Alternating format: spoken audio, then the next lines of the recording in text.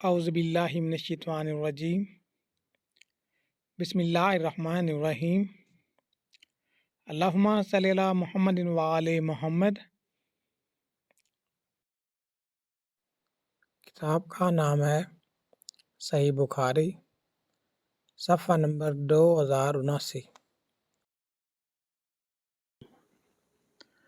رسول اللہ صلی اللہ علیہ وآلہ وسلم نے ارشاد فرمایا، خرید و فروخت کے وقت سچائی سے کام لینے اور ہر بات کھول کر بیان کر دینے والوں کے لیے تجارت میں برکت ڈال دی جاتی ہے۔